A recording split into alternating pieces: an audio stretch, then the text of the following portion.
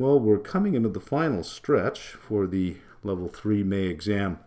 65 days to go and 35 days for review. I normally recommend Level 1, Level 2, 28 days, but Level 3, 35, because there is, I think, significant work that can be done on the AM exam, because that usually is the weak point when candidates typically don't make Level 3. It's usually the AM exam. That leaves you 30 days to sort of tighten things up and consolidate what you're working on. For the structure of the exam, I've tried to make as much sense of it as I can in terms of what you can expect on the AM and the PM. For the AM, you got anywhere from 8 to 11 structured response questions. The PM exam is 44 questions. Each question here, whatever the score is, each point is 1 point. So the morning exam is 135 points. So total is 135. That makes sense. Here, each question is worth 3 points. So the total of the PM exam is 132. So you can see the point total down here is 267 points. Here are the topics: ethics, economics, equity, fixed income, derivatives, alt, and portfolio management. Here's the weightings. Note the heavy weighting on portfolio management. This is really individual and institutional portfolio management here. And so for the AM exam, I've given you sort of the number of questions that you can expect from each section that I think are most likely. The weighting here is 5 to 10, so 1 question here for equity, 1 to 2 questions for fixed income, 1 up to 3 questions, depending on how short they are. If they're 15-point questions, probably only 2. Derivatives and alt, 1 question, but about 4 to 5 for portfolio management.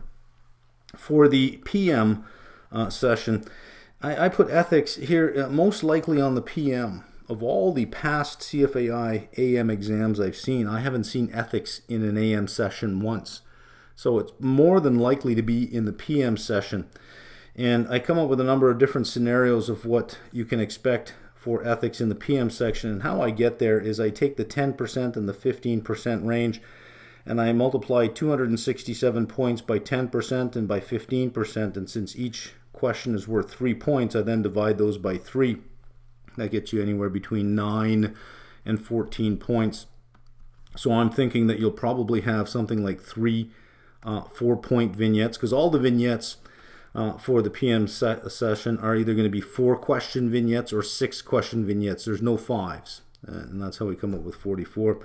Either 3 4 points, either 2 6-pointers, or 2 4s and a 6. Something along those lines. So I think you can expect anywhere from 12 to 14 points, or 12 to 14 questions of the 44 questions in the PM session to be on the ethics section. And there's ethics, the code and standards, there's GIPS, and then there's the asset manager code.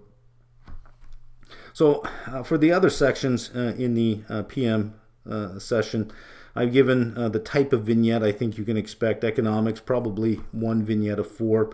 For equity, either a 4 or a 6-pointer. Same with for fixed income, either a 4 or a 6. Derivatives, a 4-pointer. Alternatives, a 4-pointer. And 10 to 12 on portfolio management. I think that's a fair enough breakdown that stays within the ranges given what I think the AM and the PM are going to look like. Now, it could be a little bit off depending on the topic, but I think if you look at that as sort of a broad guideline, I think you'll be within that range.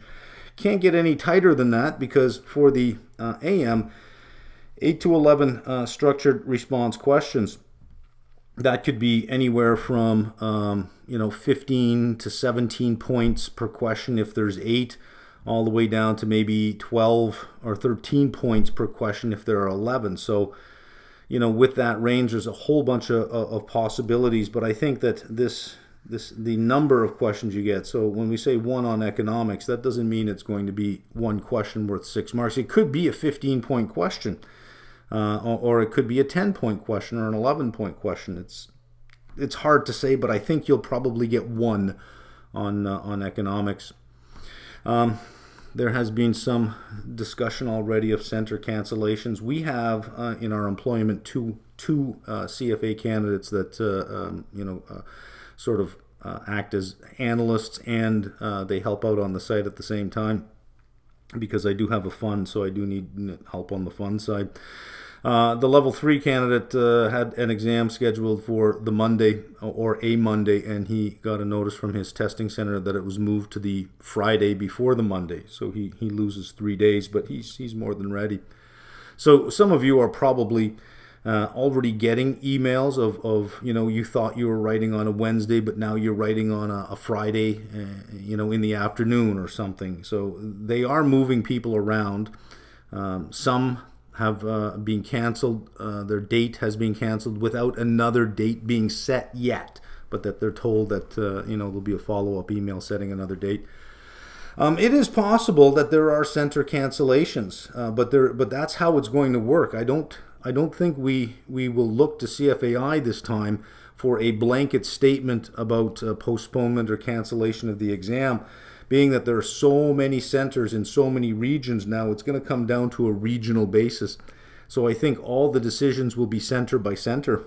So I would look to your center. If something's going to happen, you'll be notified by Prometrics first. And whoever is affected, if you can't write, then I think you'll get a personal or more private follow-up email through CFAI rather than watching their site for big announcements. So I think it'll be more one-on-one and more direct here. You may be thinking, or some of you may be thinking, you know what, I see that there's 65 days left. And, given the commitments that I have in life right now, given what I have coming up ahead of me, I don't think I'm going to make it. You're pretty certain that you're not. I don't think this is too common at level 3, to be honest with you. I think this is a more common phenomenon at level 1 and level 2. Level 3, you've learned how to manage your time, and this is it. This is the last exam. There's no point in delaying it. This is it. You want this to be over. But, if for some of you, if you're not ready, if you feel that you're not ready, there is no point in skipping it. You may as well write it. There is no downside to writing this exam. And I think there's a lot of good information you can get out of it. You get to see the exam. It's the first one that's computer-based tested for level 3, so why not have a look at it? Why just skip it all together and rebook for August or November without even getting to see it? Have a look at it. See what the interface is like. Play around with it. Even if you're not serious about the exam and you're going to fail it anyways, well, go in and push it around a little bit, right? So see the exam. Experience the exam center. Look, you're going to lose your exam fee anyways. So you can't call up CFAI and say, look, I'm not ready. I'd like to pull out. Can you just bump me to August? The answer is no. You lose your fee. You got to pay again. So you've already paid. You may as well go on the ride. Plus, if you have a subscription with us, you actually have to write it and not pass to qualify for the 1 fee to pass option. You can't just decide you're not going to show up and defer it unlimited for an unlimited number of years. You actually have to write it. So there is no downside in writing. Now, what you can do when you go in is you could say, okay, well, look, I'm not going to make the whole exam, but let me pick, equity, fixed income, and derivatives, let's say, and I'm just going to do that. That's the exam I'm going to write, and that's it. So that when you get your results, you're not surprised that you didn't make it, but you're really looking at those 3 sections and saying, of the 3 that I really applied myself, how'd I do? And that, will relieve, I think, a lot of tension, a lot of pressure on you going in to sit again, because you'll say, look, I know I can do it. I did it with 3 sections. Let's pick up the rest, right? Focus on 2 to 3 sections. Write the exam you want to write. Just write that exam. And who knows? You focus on 3 sections, you get in there. It's not as if you don't know anything about the other sections. You might just get by. You might just pull it off. Now, you do have to write both the AM and the PM to get a score report. So you can't just go in and say, well, everything was on the AM, good enough, I'm going to go home. I've seen vignettes before, there's nothing new to see here. You actually have to write the PM as well to get a score report. Let's look at some strategies going into the final stretch. All right, let's look at what we can do in review mode for these 35 days. The first one, the more obvious one, mock exams. And mock exams are more rightly seen as a benchmarking tool. They give you an idea of where you are in terms of your knowledge. You can look at it in an absolute sense, your score versus 100, or you can look at it in a relative sense, your score on this author's exam versus your score on that author's exam. And if you have a number of different authors, hopefully you'll span the spectrum from really easy to really hard. And hopefully, without there being a lot of mistakes in the exams. I know a few providers whose exams are just riddled with mistakes. It's not a learning tool. Doing mock exams again and again is not a very effective learning tool or an internalization tool. For the AM exam, it is a little bit different because practice on the AM exam is about practicing the structure of the answer, not so much the content of the answer. But practicing the structure of the answer, and you have to answer the question in a particular way. And these are written really just to demystify the structured response, the AM exam. It is not an essay exam. You're not writing prose. You're not writing sentences and paragraphs. And you are not teaching the answer. You are just telling the answer. The grader's an expert. The grader knows the answer. If you say the answer is this because of this, and this, and you're trying to explain why the answer is the answer, you're wrong. You stop right there. Your job is not to teach the answer. It's just to tell the answer, and you're talking about bullet points, 2 to 3 bullet points tops. If you're going further than that, you're writing too much. Now, these questions are written such that there is not 15 different ways to answer the question, because the answer key would be way, way, way too difficult and time-consuming to write. So they're written in such a way that there's 1 or 2 different ways to answer the question. The answer is looking for something very specific. So typically how they're written is the question is written and then the possible answers are listed. And when you can see that there's a number of ways to answer it, you got to go back up and you got to tighten that question up to shut down the other possibilities. You have to have 1 or 2 very specific answers. So when you read the question, the most direct answer to it is the most correct answer, and you just have to tell it. That takes practice. So practicing the AM exams in terms of the structure of your response, I think has value.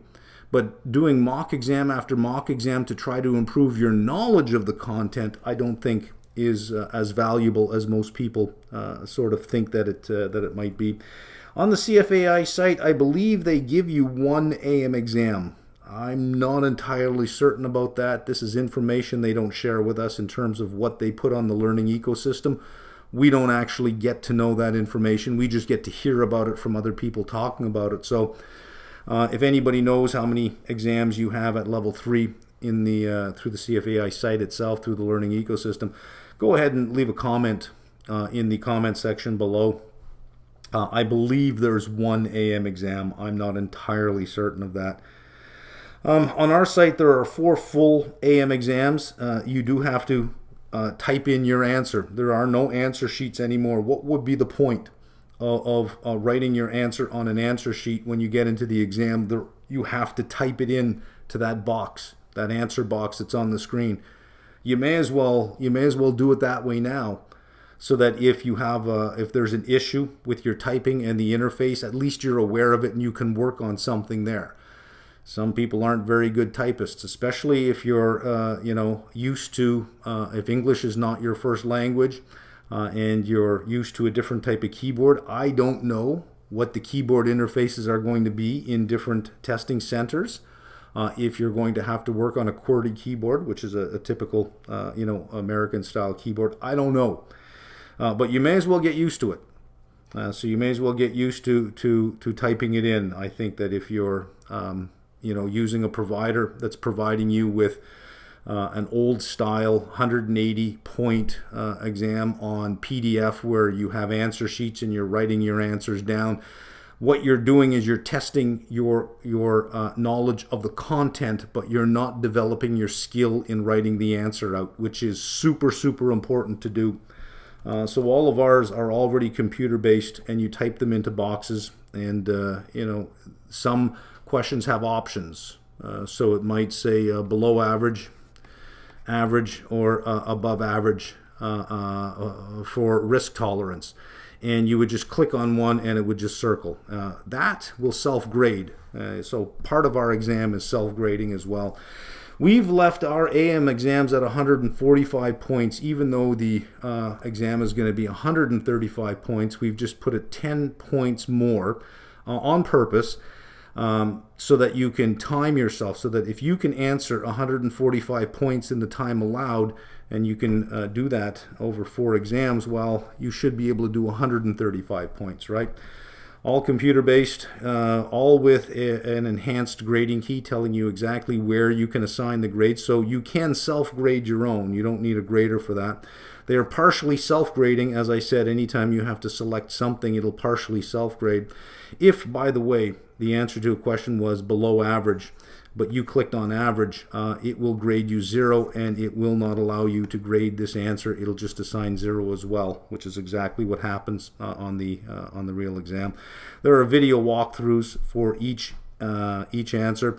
Also, to support the AM session, there are 64 hours, and there's a schedule up on our site of when these 64 hours are. They happen in 2-hour increments, and they're spread out over 5 weeks, 2 hours here, 2 hours there, but they total 64 hours for drop-in grading sessions.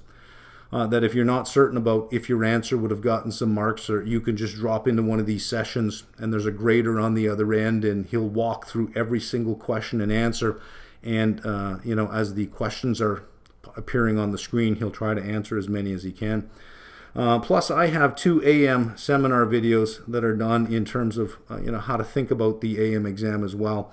We've put a lot of effort into supporting you on the AM exam because of all the results we've seen where candidates didn't make it.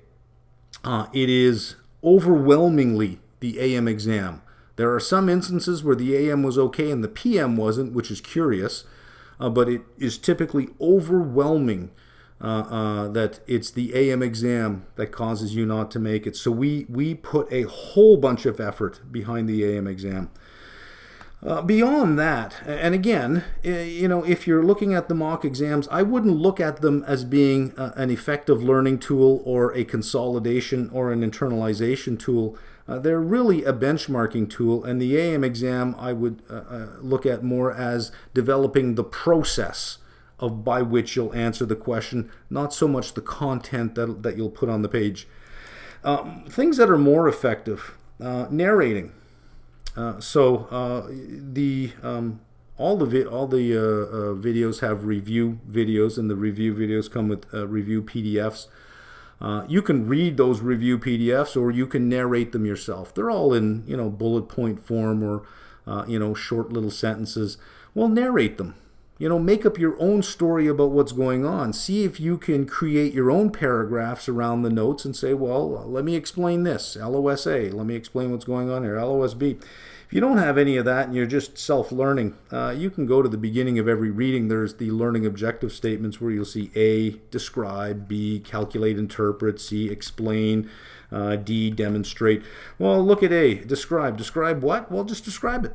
Imagine somebody is standing there in conversation saying, hey, can you describe XYZ for me? Well, try to describe it. When you narrate it yourself with your own words, it is far more powerful for memory recall, because this is a story you're telling about the facts yourself. You're not just memorizing something and regurgitating it, but you're actually explaining it. Teaching, mentoring, or tutoring. All of these things mean the same thing, that you're going to mentor your colleagues. There's plenty of questions. If you go to the Reddit, the CFA, the subreddit for CFA, if you're on our site, we have the menu option right there. You just click on Reddit and you'll go right to that site. Lots of people asking questions. What is this? What is that? How do you get this? How do you get that? I don't understand this. Well, jump right in there. Having a proven ability and willingness to mentor your colleagues. Now, that's a skill set. That's a powerful skill set for employers. So teaching, you'll never learn more than when you teach someone else. All of these things, even on our site, the comments under the videos, the comments in the question bank, the comments for each question. Some of them are unanswered. We try to answer as many as we can, but some are unanswered. Jump right in there. the in-reading examples. This is where you're going through the reading, and there's a boxed thing, and it says example 2, and it has something in there. I don't know so much that I would look at them as examples of the types of questions that you would get, as much as for the topics that you would be asked about. I think they represent very good high probability topics. And every reading has about 10 to 20 of these types of boxed examples. And you may have already worked through them, so that you may say, well, look, going through them again, I'm not going to get much value out of them. I remember the answers. I can start reading and I go, oh, look, I know what the answer is already. I remember the answer. I remember the process. So, don't just work those examples or remember it. Explain it. Yeah, sure, you may remember the answer is long 56 options. To adjust the portfolio duration, I got to go long 56 futures contracts, let's say. Okay, great, you remember it. Well, imagine there's somebody sitting beside you saying, I don't get it. And you have to explain it to them why. Reading an answer is not the same as explaining an answer. You'll find that you'll stumble a bit more when you're trying to explain it, and that will highlight where you have gaps in your knowledge. But imagine that person sitting next to you, I don't get it. And after you explain it, they're saying to you, I still don't get it. Until you can explain it so well that if they say they don't get it, you just punch them in the face, right? So explain it or narrate it to someone who says, I don't get it. All of these things require you to actively engage. You're actually speaking the words, your own words. You're explaining answers. You're not just reading answers. And you're mentoring other people by typing in answers that just don't exist. You're trying to explain it to them in words that are new, other than just the same words in the book, because they can read that. You have to try to explain it in a new way. You don't get something, I have to assume you read this. And if you don't get it, that means those words weren't sufficient. What other words can I use? Yeah, and I think that is far more powerful for going into the review process. But, don't underestimate the AM exam in terms of the type of work that you have to do in developing the process to answer it. I would strongly urge you spend some time there. That's why I say 35 days here instead of 28. That'll do it.